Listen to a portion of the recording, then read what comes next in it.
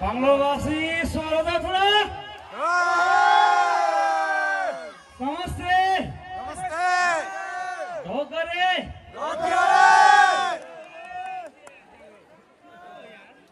सन्चै हुनुहुन्छ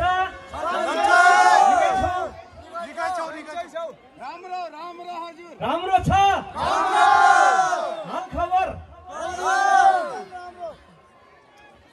thank you so much thank you धेरै धेरै धन्यवाद